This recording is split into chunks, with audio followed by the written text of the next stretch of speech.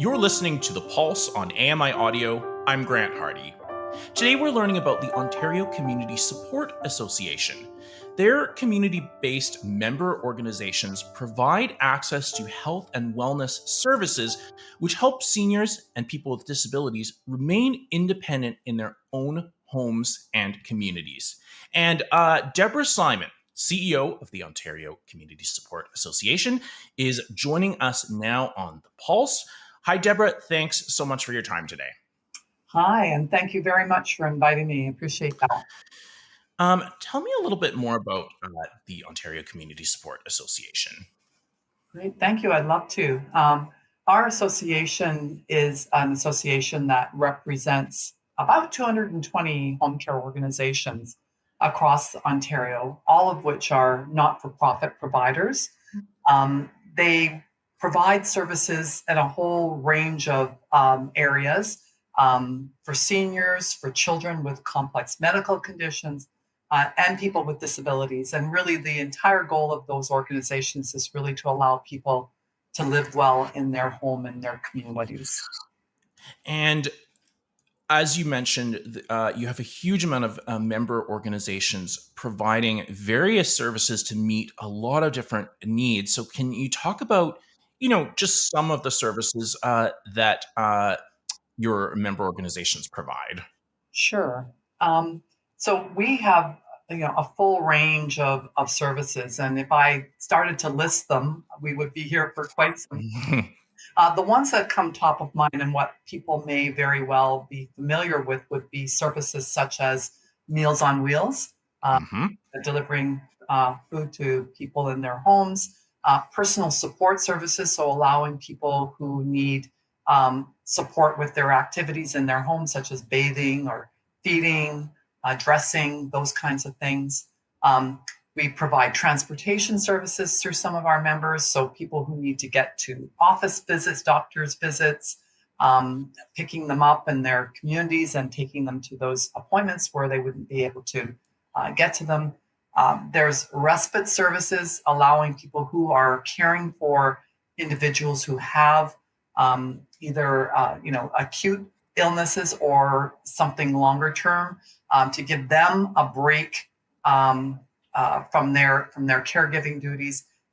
There are well over 25 different services, and some of them are social, some of them are medical, and our different members provide various types of services in the community. And what are some of the impacts you've seen, you've heard about? Are there any, really impactful stories that come to mind? Well, for sure, I think people want to receive their healthcare services as much as possible in their communities and where possible in their homes. And through home and community care services that our members provide, we allow people to have that independence and being able to stay in their communities and receive the services that they need. I can say without a doubt that we all learned a bit of a lesson during the pandemic about how important it is to be able to be in a setting that is not institutional, a hospital, care settings. And I think that has had an imprint on people in terms of where they want to receive their services and how they want to receive their services. And so home and community care services are that backbone service in healthcare that allows people to have that ability to receive care where they are living and commuting.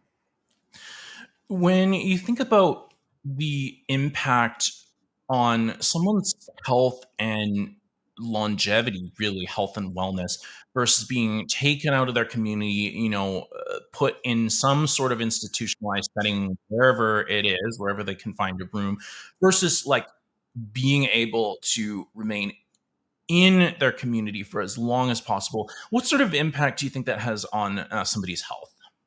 Well, I mean, clearly, I think the evidence is there that we all do better when we're in environments to recuperate that are familiar to us and that are comfortable to us. And there's no doubt that there is no setting more familiar to anyone than their home setting.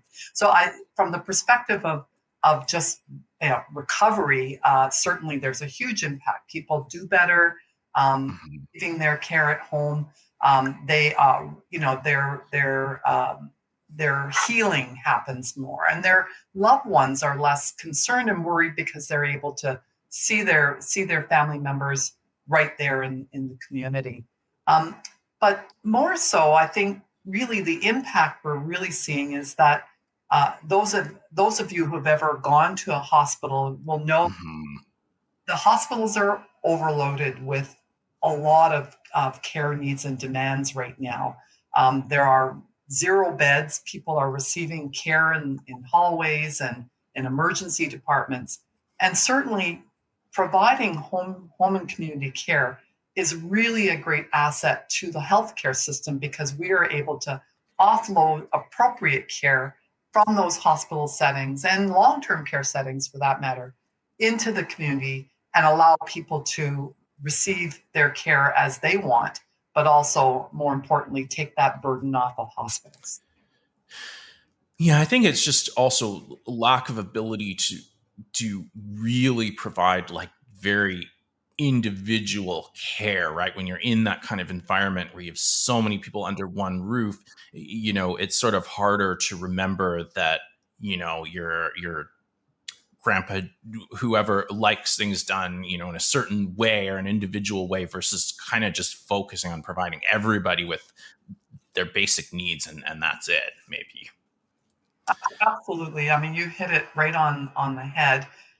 When a hospital or a long-term care, you're really kind of subject to the way things are done in that setting. So, the timing of things, your needs are really sort of revolve around the schedules and the pace that happen in those settings versus being in your own home and having a care provider come into your home or take part in services that might be available in your own community has the impact of being able to be much more individualized, much more geared to that individual, and so people obviously are more inclined to want to have that ability to have that very individualized approach in community and home. And I know one thing that really stuck out to me was that your volunteers, many of your volunteers, have really deep roots in their communities, which is maybe partially why they sign up because it's very impactful to them, which would be able to provide maybe have a little more knowledge about the types of neighborhoods, communities, people that they're working with. Is that fair to say? Yeah, sorry, I didn't mean to cut you off. No, I think that is a really hallmark of home and community care is the use of volunteers. And there's very interesting research and background on volunteerism because as much as volunteers give and Mhm. the services, they benefit from also being in the communities, giving back to people in their communities. And volunteerism is really a big component of the way community support services are operationalized.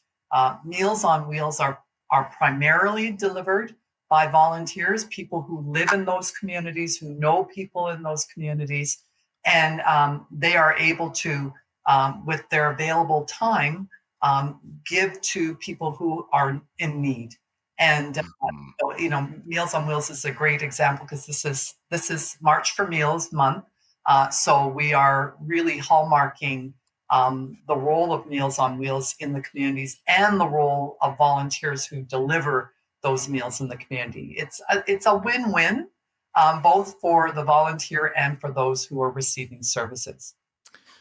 Yeah, you've touched on this, but I'm just curious if there's anything you wanted to add on just the impact on the community. Obviously, for a senior person with a disability, being able to remain in their familiar neighborhood is a huge advantage, but just the impact on the people around them as well. Yeah. I think, it goes without saying that as people are either aging or they have other needs in their life, that um, the communities that they live in are areas that they have either grown up in or, worked in, or any number of connections to those communities. And so the communities themselves are the support system for most of us. I mean, I'm pretty sure that all of us can think of, how we have actively been part of that. And when we're in need of care and when we're in need of services, community is always kind of the area where people turn to that, excuse me, step up for us and provide us with that support net. And so communities benefit as much as individuals benefit from being able to have services in their jurisdictions, in their regions, that will support people to age in place, to live independently, to be still contributors to those communities in which they live in. So it is a very strong, and why we call it community support services is that it's community supporting people, it's people supporting community. Yeah, that's what I was thinking too. Is it actually allowing those people to be able to contribute to their communities as well, being able to be around your grandkids, whatever it is, rather than having to go to some hospital instead of seeing the person in their home, their community. That's going to be great. Can you talk about how the need for this kind of service is growing? Yeah, for sure. So we know that the number of individuals who will be needing healthcare services, particularly the 65 plus group of individuals and Ontarians, is going to increase steadily over the next decade. And for sure, we know that by 2029 there'll be 650,000 more individuals needing or coming into the system who will be over the age of 65, which historically has been the start using more healthcare services and more demand. So that statistic alone tells you that we're going to be Mm, more pressure on the healthcare system for every year that goes by, particularly over the next 2 to 3 decades. And so, without a strong home and community care service, we're putting that entire burden on institutions. mhm. Institutions are not where people want to be. And I think that's been, absolutely confirmed in surveys, that have been undertaken over the last many years. So with all that increased demand, we really need to look at investments in home and community care to be able to offset that huge number of individuals that are going to be coming into the system, as well as supporting those who are supporting those who have made the choice to be able to look after and provide care to their loved ones and don't want to be a want they want to be able to do that in their own homes and communities, and but they'll need some support to do that. So I think without a doubt in my mind, home and community care is a service, a part of healthcare that actually has to be invested in and supported over the next while to be able to support that demand. 100%. Definitely needs to be a pillar in the healthcare system. And fortunately, and as you mentioned, Ontarians overwhelmingly support home and care services. That was something that seemed to be most people were united on during the Ontario election process. Can you talk a little bit about the election and what you were campaigning for? Yeah, for sure. And thanks for asking. Certainly, we're very focused on the increased demands, and so on the healthcare system. So there were two areas that we really focused in on our advocacy during the election. One, Mhm. just that point around the increased need for services and the fact that everyone, not just seniors, not just people with disabilities, but everyone needs home and community care to be part of the service offerings in their communities that are part of healthcare delivery. And so we advocated strongly for increased investment for more home and community care. The other area that we focused on very strongly was wage parity, and by Mm, the salaries and compensation that is provided to individuals who work in home and community is significantly lower than those who work in institutions, whether it be hospitals or long term care.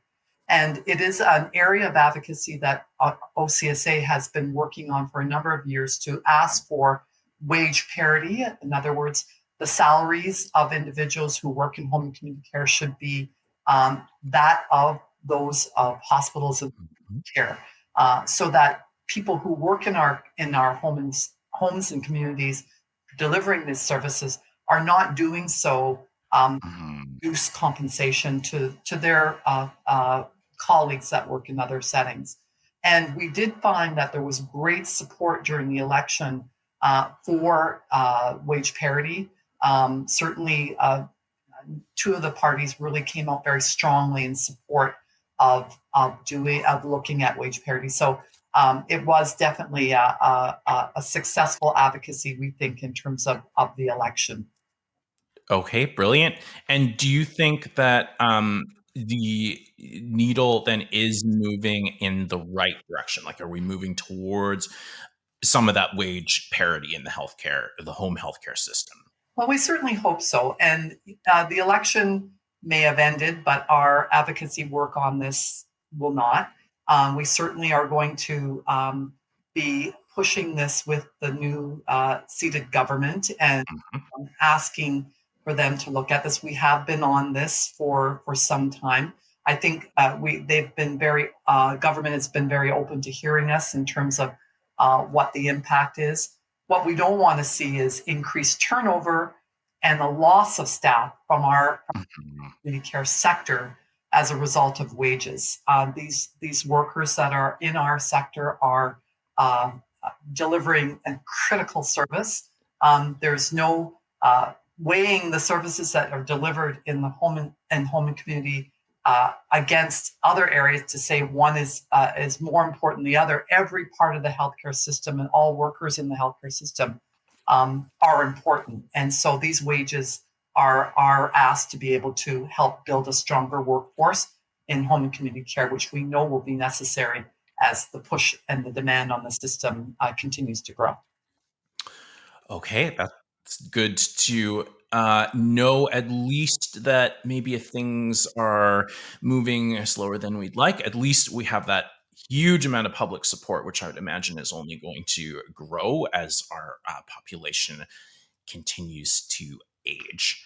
Um, can you talk a little bit more about the funding model? How that works in terms of how you're funded? Would it be partially government funding and partially? Well, tell me a little bit more about that. Sure, sure.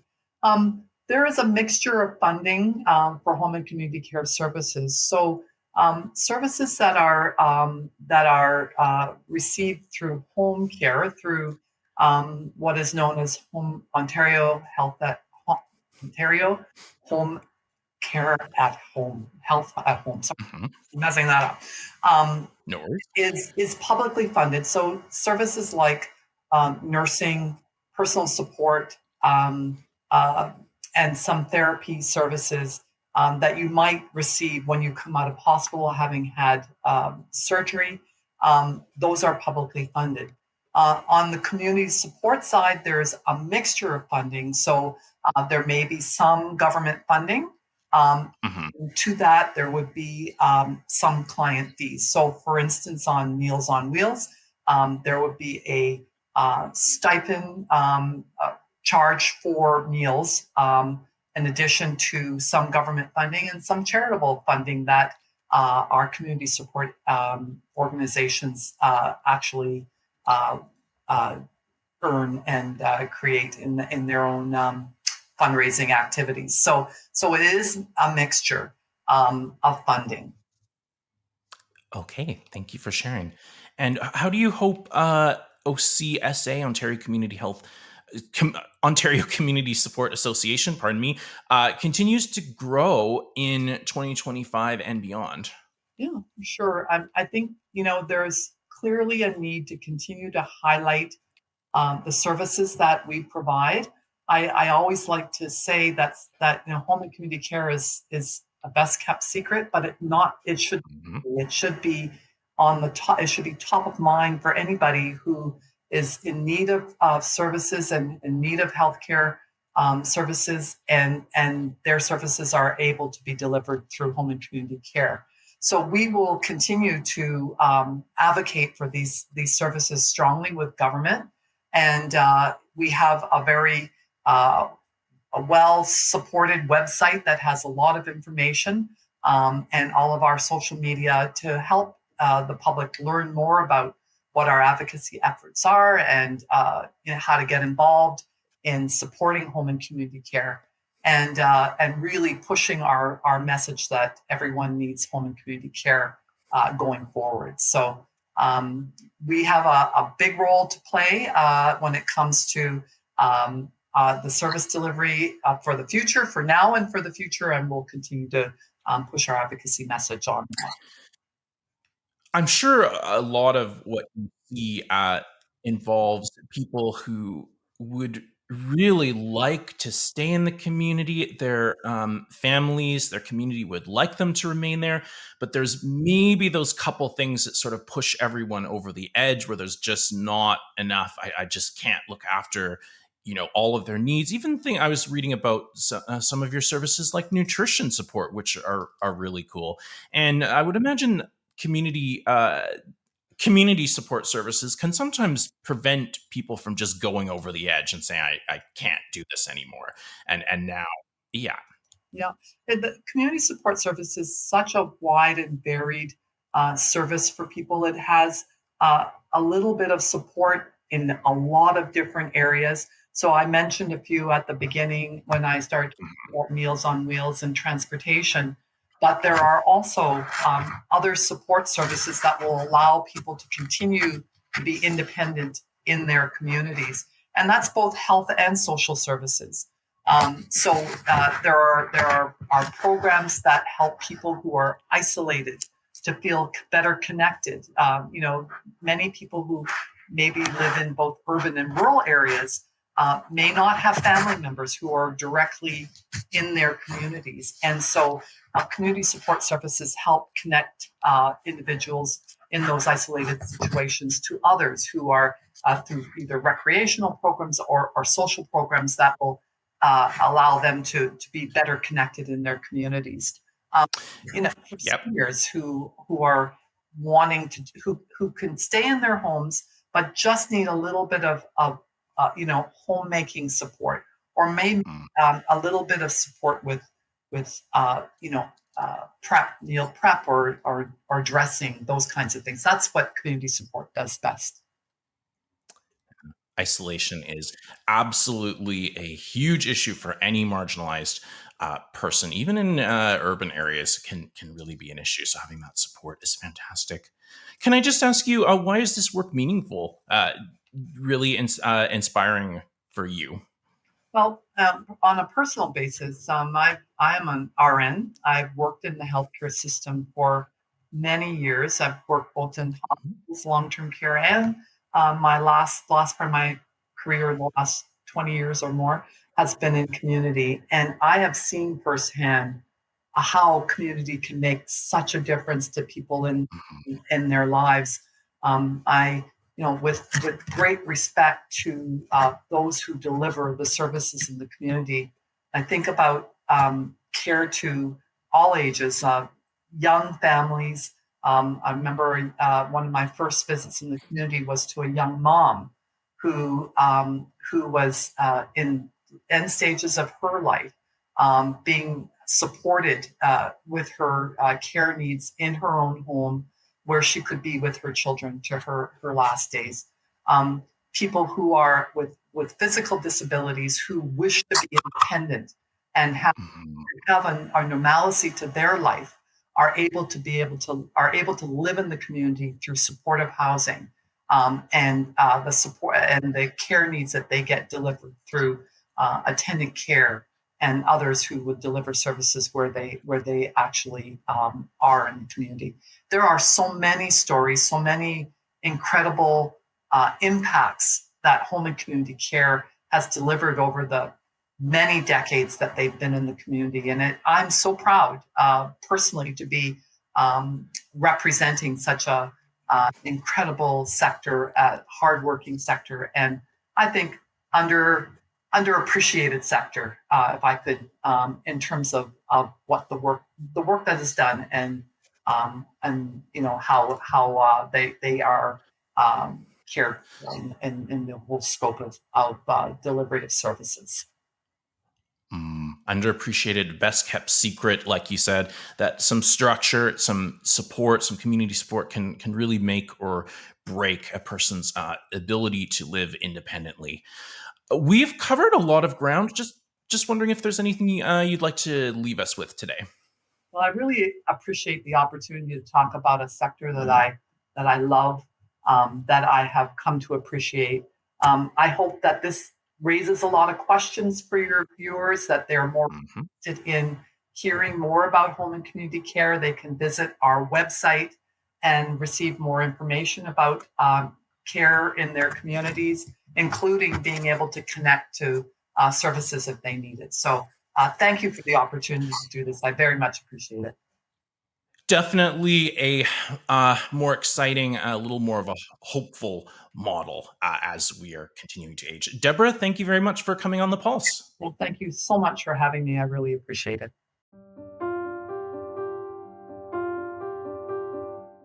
Thanks so much to Deborah Simon for telling us more about the Ontario Community Support Association and the really critical work that they are doing. You can catch the Pulse at 1:30 p.m. Eastern on AMI Audio, repeating every 6 hours. The Pulse is also available on YouTube or wherever you get your podcasts. I'm Grant Hardy. Thanks so much for listening.